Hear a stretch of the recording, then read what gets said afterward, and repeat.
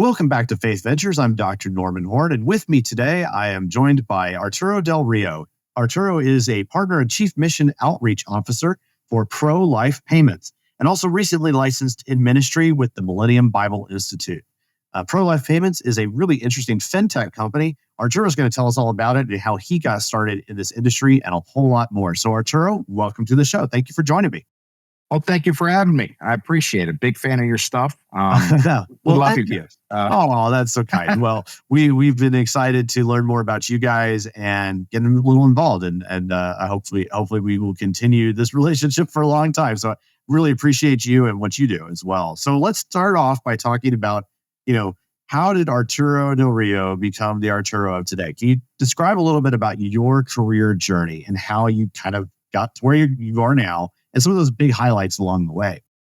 Sure. So I don't know. I think I was born an entrepreneur. I remember during Catholic school, they had a little candy drive going on, and I realized that it was a great way to, come up with cash. And they were charging $2, and I could get the candy bars for 50 cents. So I started my own candy sales operation, which the nuns didn't appreciate, let me tell you. I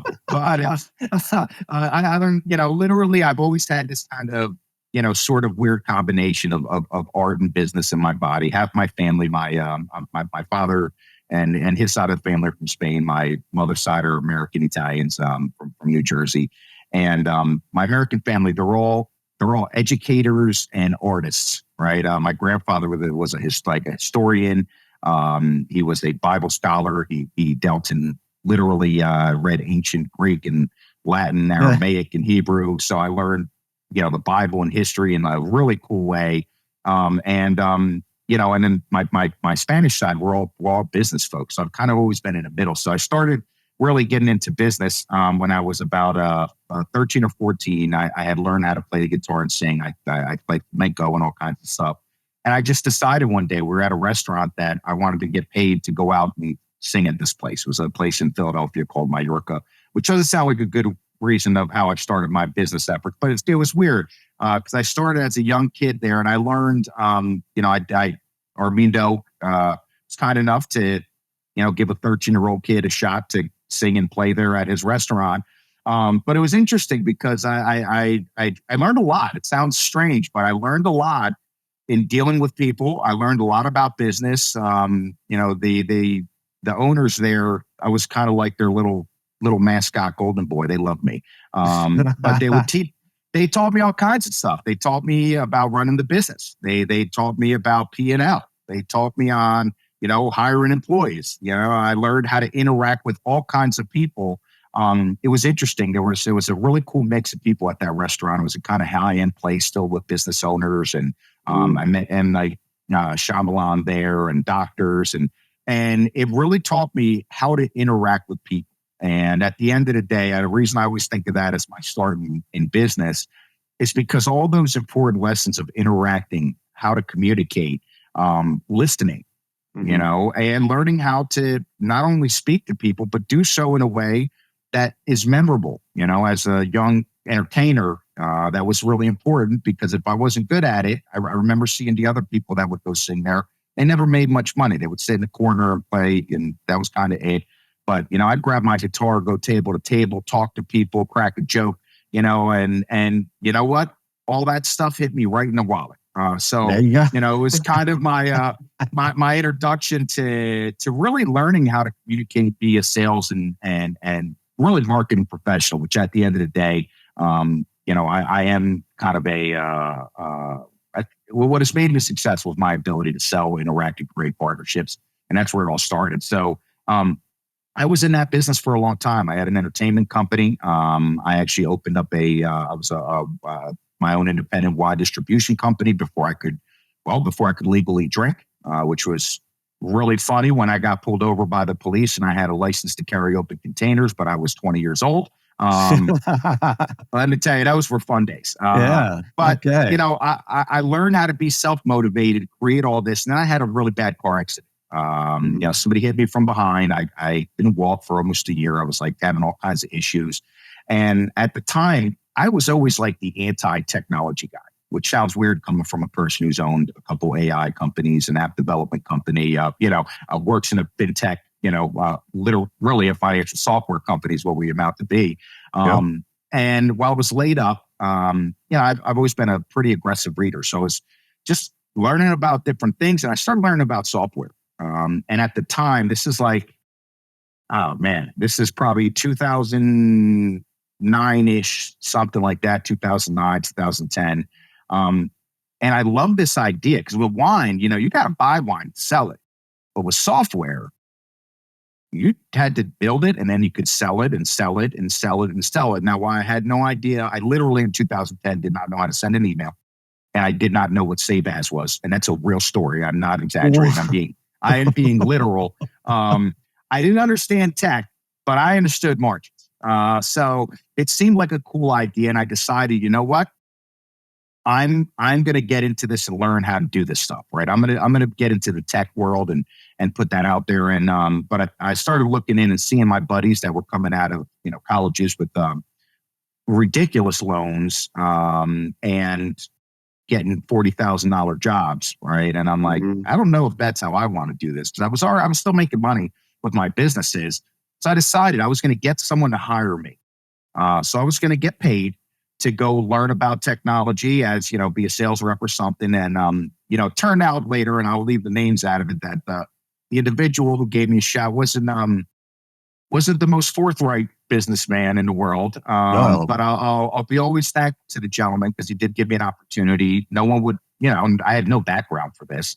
I had owned business since I was a teenager successfully, but I didn't know how to save ads, and I wanted to go work for a company. I literally didn't know how to send an email.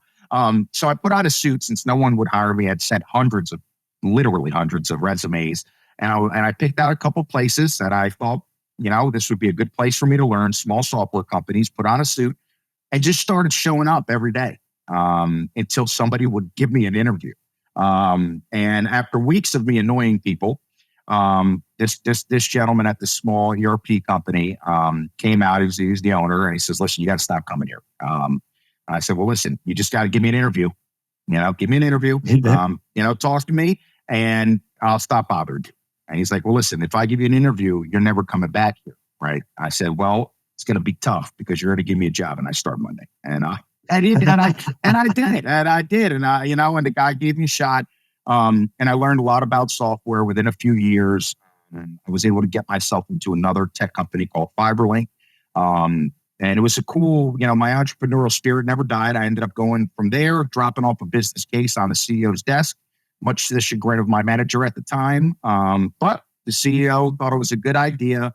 And then ultimately let me start running and building a department in Latin America. We ended up exiting the IBM.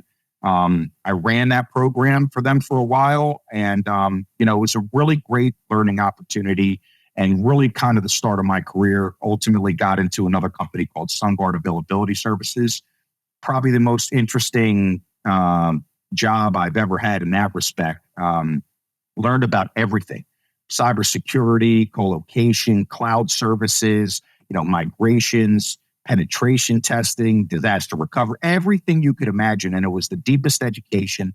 And I'll always be particularly thankful to my sales leader there, Anthony Corona. God bless you, brother. He gave me all the mentorship, and I learned a lot about treating people and really with kindness and love first, and investing in individuals, not just in numbers and other stuff. And that gentleman taught me a lot. I learned a lot there, and it really was kind of the beginning of my career, really, I think. And ultimately from there, I went to open up my own businesses. Got into tech, opened up an app company, AI companies. And my last AI company, I bumped into Jared, the CEO and founder of ProLife Payments.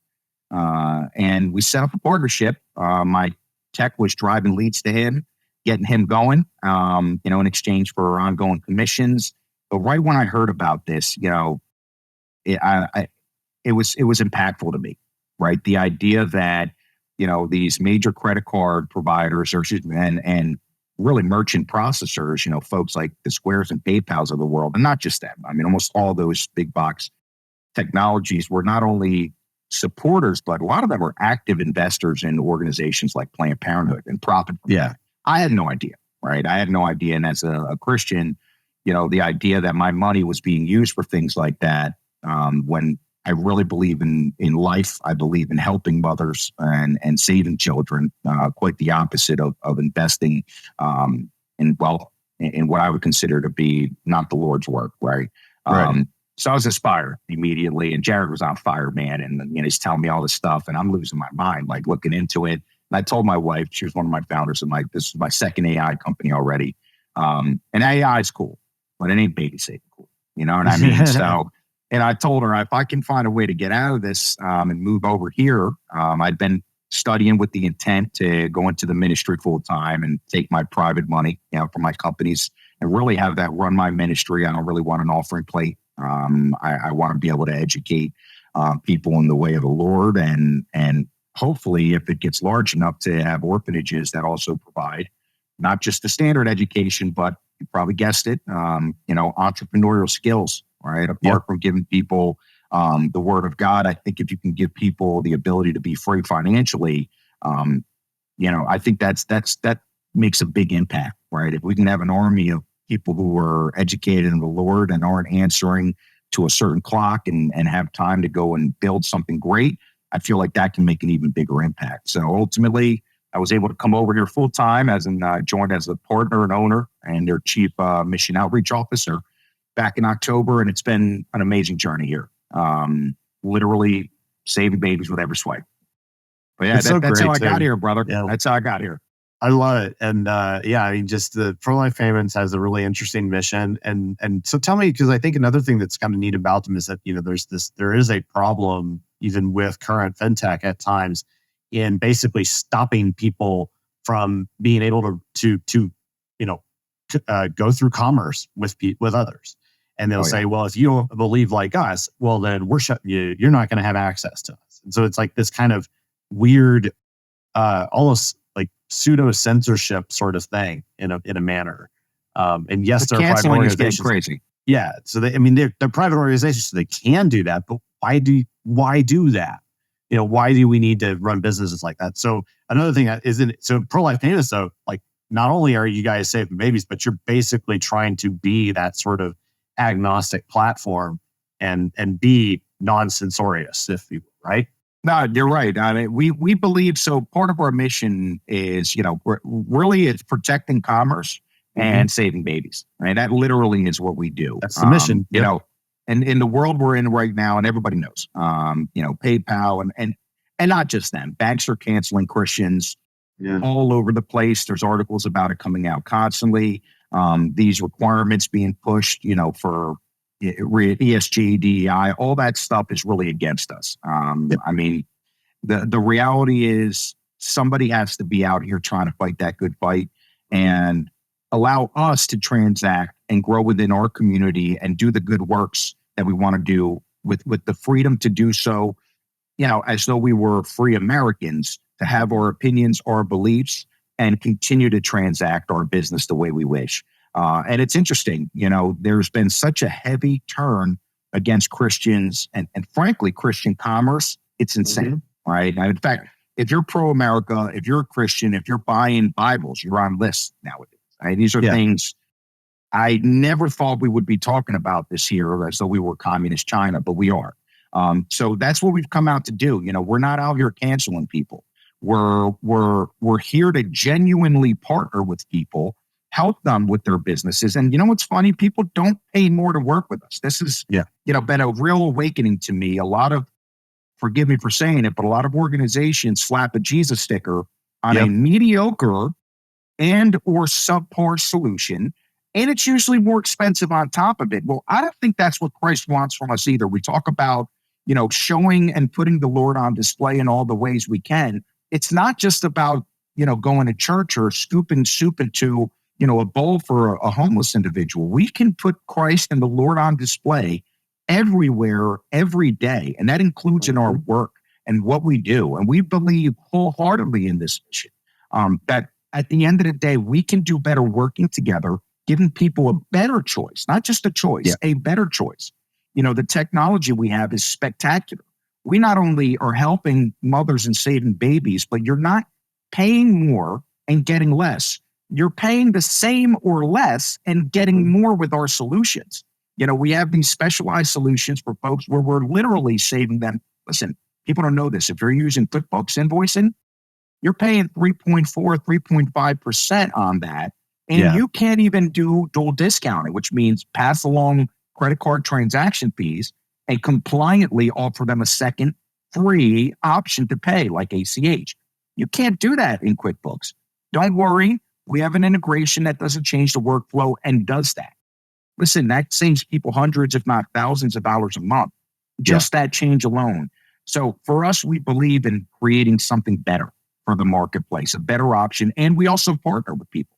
You remember that stuff we used to talk about? Service after the sale. You remember when people would answer the phone when you had we do those crazy things.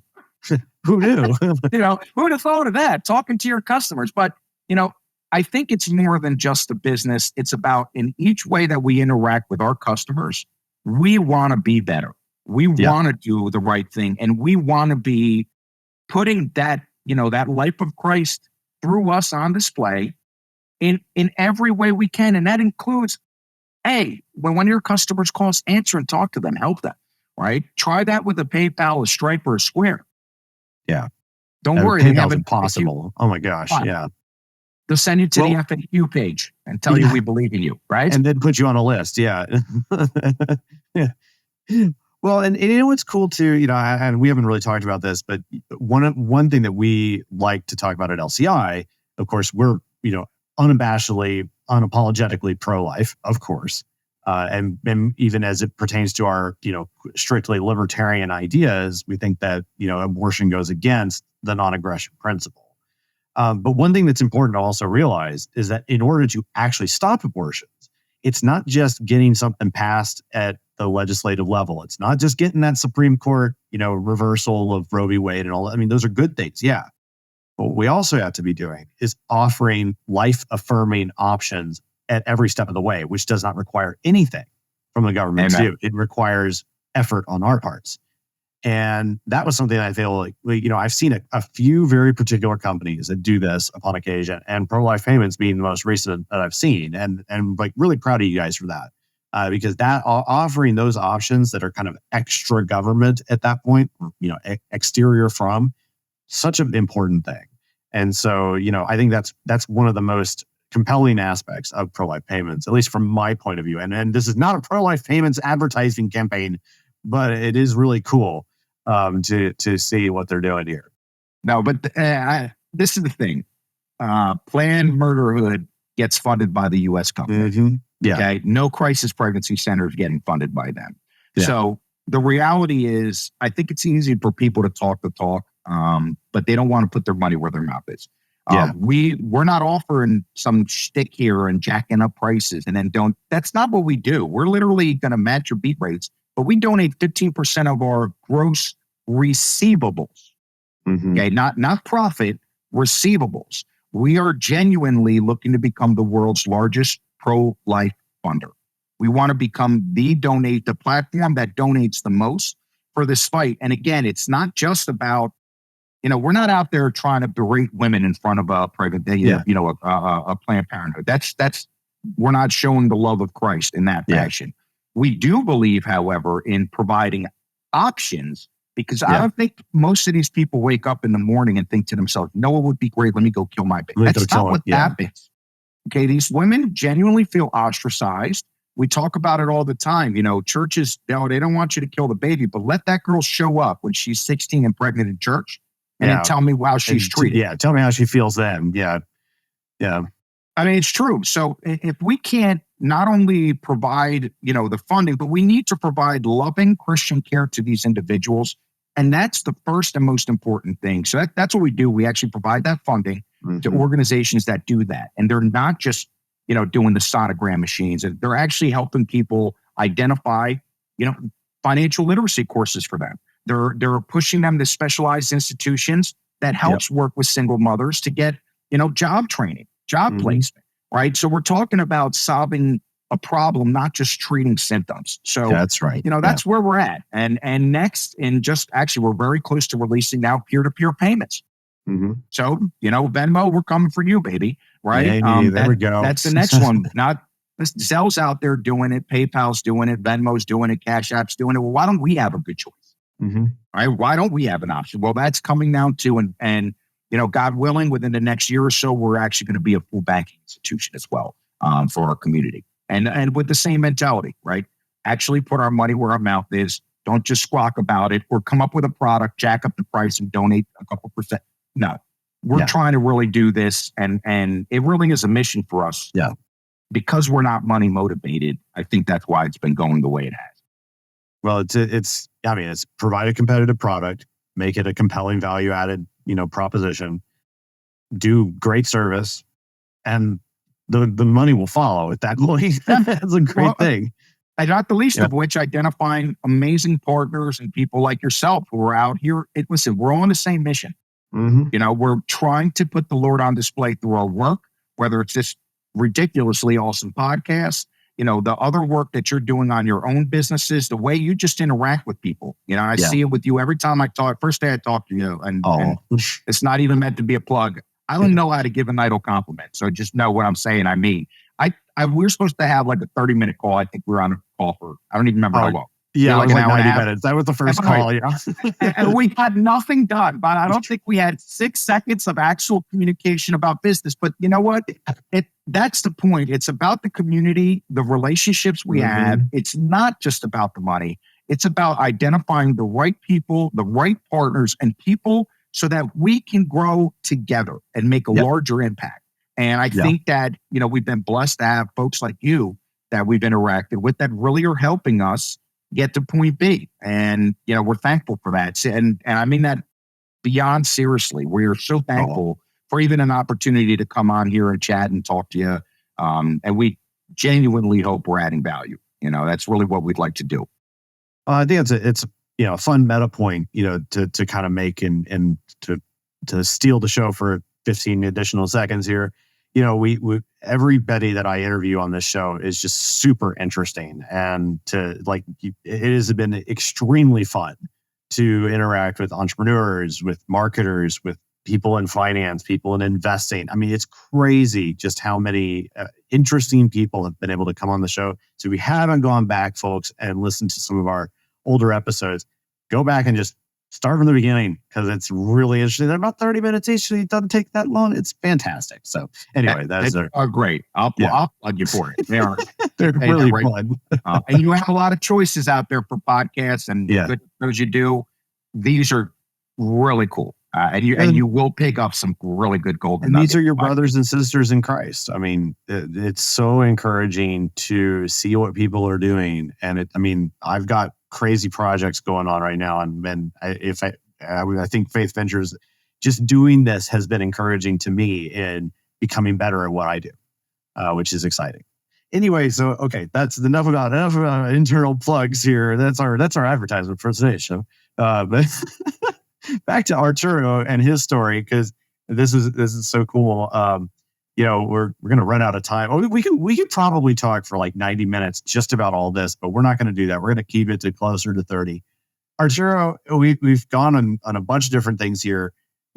Undoubtedly, you have encountered a variety of different kinds of challenges in trying to accomplish what you're trying to accomplish, whether that's pro-life payments or your past businesses. Tell us a little bit about, give us like one or two instances, or like what are some of the biggest challenges that you've had to face where your faith has come to bear and you've had to make difficult choices, and what has that been like for you and your family? How have you dealt with that? Sure. Well, everybody who thinks that you start a business, things go well and it turns into magic and puppies and roses. Let me tell you, it's not true. And if you're not prepared to ruin your credit sometimes, don't be an entrepreneur. I'll tell you that right now. A little golden nugget for everybody here. But no, so I had a really difficult experience recently with one of my last companies I own. We found great success. We're making a ton of money, and I had major nefarious activity occur with one of the partners that literally led to me closing the business, right? and going from making nearly $200,000 a month in less than 6 months to being flat broke, first time in my life, down to 2,700 US dollars. Um, Yeesh. when I tell you, don't, I understand coming back from nothing, and I had never been broke in my life. Okay. As I told you, I've had a little businesses since I Mhm. was selling candy. So I've always been okay. And you know what, the true lesson for me there was learning as a Christian. It's easy to talk about sufferings, and we want to pray for magic intervention from the Lord. But Paul's very clear about this. Paul was told after he asked God 3 times to pull the sword out of his side, and what did God tell him? He said, "Well, my grace is sufficient.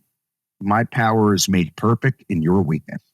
So the ability to endure things patiently in a godly manner without striking out and becoming cynical, without treating other people wrong, without becoming angry, without hating those individuals and trying to treat them with love. That to me was one of the best opportunities for me to grow and be transformed and let the life of Christ live through me that I've ever had. And probably the worst scenario that anyone could imagine in their life, going from crushing it to literally zero, right? And having to start again from nothing. That I think for somebody who doesn't have the faith and doesn't have the Lord, that might that might crush them. And most of the entrepreneurs I know that have had similar things, which by the way, most I've found have had issues like that. Most of them just packed it in and quit because they didn't have that faith to rely on. And I'm thankful that I was given that, what really could have been the end for my career in that respect, was actually, in my opinion, because of the grace of God, my best opportunity to put the Lord on display. Join and understand those sufferings and manage those in the most godly manner I could, to use that for my good, to allow God's strength to be perfected in my weakness. So I think that's probably, if there was ever a lesson, grace is sufficient no matter what you're going through as an entrepreneur and frankly in life. Wow. Okay. Man, that's some heavy stuff. Get it.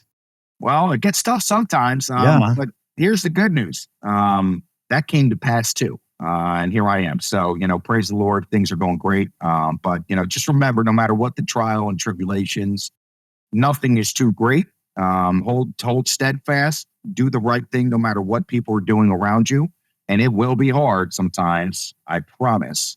But you know what? God's grace is sufficient. It really is. It's really encouraging to hear, because I think sometimes it's difficult to even understand at times that when you are running a business and somebody with whom you're partnered with is beginning to exhibit that kind of nefarious quality, if you will, like dealing with that's got to be some of the worst. And how, man, that's really tough. But to be able to come out of that, alive, if you will, very important. So that's really interesting to hear. Mm. I appreciate it. I think that's the stuff that everybody talks about, the good stuff and the good things all the time.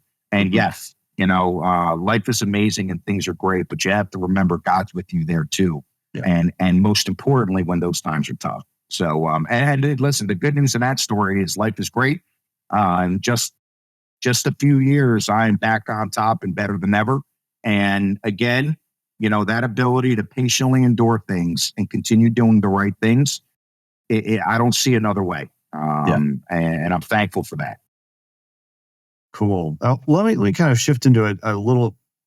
I'm going to kind of dovetail this back to some of the things we just talked about in previously, and that's that. One of the things I like to talk about here at Faith Ventures is the way in which we as Christian Science misunderstand operations in the market. We sometimes attach to it negative qualities that don't need to be, and ultimately misunderstand like kind of what markets are for, how we as Christians interact with them, and so on. And I think, I'm wondering if there's it's some additional things that perhaps you've noticed, especially in being part of like fintech businesses in particular. What do you see there that Christians don't fully understand as to what they, and I think, to kind of again loop this back in, we've talked about the way in which we sometimes misunderstand the way in which like groups like PayPal or payment processors and whatnot have power to shut you down and don't behave in appropriate ways. And also the way in which the Christians sometimes expect that when you do something like what pro-life payments is doing, that, oh, we're just going to slap the Jesus sticker on and it all becomes better as a result, or something to that effect. And so I'm wondering, with that as the backdrop, what else have you kind of seen potentially of where Christians kind of misunderstand what's going on around, in particular, what you're doing in the market? Sure. And what have you learned to, and help explain to them about stuff like that? Well, you know what? I guess I was really under the assumption that most Christians and Christian organizations, churches, nonprofits, I really thought, and this may have been innocent of me, that most of them were pro-choice too, or excuse me, pro-life as well. Sorry, I was that were pro-life, but that I found that to not be that true. I'm actually finding the opposite. I'm finding a big, this kind of shows you the reality of living in a fallen world. Over, most of the Christian churches that we interact with, I've actually found are supporters of Planned Parenthood. I found that they are pro-choice or pro-abortion, really. And this was a surprise to me. So, one thing I'll say to Christians is be vigilant and be aware of, what's going on around you in your community, because what you do matters. Where you put your money does matter. Okay. It does matter. You can be part of the solution or you can be part of the problem. And oftentimes, unwittingly, we are part of the problem. I found this in a lot of my friends in the Catholic community. There's a big donor management system out there called Blackbaud. Okay. And tons of dioceses use them. Blackbaud is not doing the Lord's work, right? There's a lot of these technologies out there and companies that specifically target Christians that are taking your money and doing bad things, right? This isn't just true of the Squares and the PayPals of this world. This is true of nonprofit software. Yeah, I know. No one would have thought that, but it's true. I would say be a little diligent and actually research the values of companies you're working with. Now, is it possible to get 100% of that right in this world we live in? It's just not, right? So, it really is impossible. You'd have to do everything from burning your iPhone, to goodness knows what clothes you're wearing. But, there are areas that make greater impacts than others. And what you do with your money ultimately moves. Your biggest vote is your wallet. How you spend what you do, and we've seen it. So, again, I'm not suggesting that people should be out there necessarily trying to identify every solution that they can and can't do. I realize that'd be a full-time job. But there are simple things we can do, like merchant processing, right? There's clothing stores, right? There's places you can go buy things that you use everyday products. I'm actually releasing a store shortly that we're going to do the same things. We're going to have a bunch of home goods and baby products and stuff where we're going to donate. Automated, things like that. Try to find the vendors that do align with you to the best of your abilities. And if you're selecting someone, at least take a look at their value system. And you know what? There may not be a choice, but if you look, at least you did your due diligence. I think that's the biggest warning I can provide everybody. Because most of the time, it's not that we're doing these things purposefully. It's that it never crossed our mind that these organizations might be doing that. I don't know if that answered your question directly. I think it does. Well, but that's the biggest gap I've seen. Sorry. Yeah. No, it's good. Well, I think that's wise words to kind of consider. And as we draw to a close here, I want to kind of give you kind of the final word as to what other words of wisdom would you have for those who are coming up in the world, who are looking to either build a career or maybe make a change, or just really are looking to learn more about integrating faith in their business. And, kind of what kind of stuff would you have told a younger version of yourself, if you will? As we draw to a close, what are kind of some final thoughts on that you might have to bring to us here? Well, I'll tell you, when I was younger, and when you're a younger person, I think a lot of times you make those mistakes and you're not aware of the truth of this world. And I just wish I knew earlier that I could inject, the life of Christ into all of my work, including business. These aren't disparate things. If you're limiting God to one area of your life, it's you with the problem, not God. And I think that's one of the biggest things that as Christians we forget about all the time, whether it's what we're doing at pro-life payments or it's the way you behave and interact with someone at a counter. You can and should allow Christ to live you in all of those moments, live through you in all those moments. And I wish I was more cognizant of that as a young man. But fortunately, I am now. Well, Awesome. I appreciate you, man. This is thank Norman. you. We're so thankful to you and for all the time here. I hope you guys get in contact with us. If you're not already listening to this fine gentleman, man, do so more often and check out those old podcasts. And if you want to contact us, I know, Norman, I think you'll post our information in the notes or something. If you have any other kind of websites you'd like to plug, or how can folks find you online? Obviously, we have prolifepayments.com, and we'll have information in the show notes if you want to kind of be involved in some way with them. And anything else you'd like to send that? No, check us out at Pro-Life Payments /life/Libertarian Christian Institute.